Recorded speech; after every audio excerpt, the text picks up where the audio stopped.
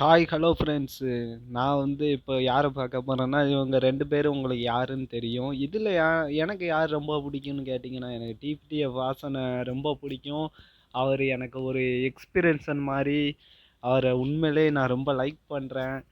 But அஜீஸுக்கு TTF இல்லாமல் அஜீஸ் வளர முடியுமான்னு கேட்டிங்கன்னா முடியாது. அவர் சப்போர்ட்டில் தான் வாழ்ந்துக்கிட்டு இருக்காரு.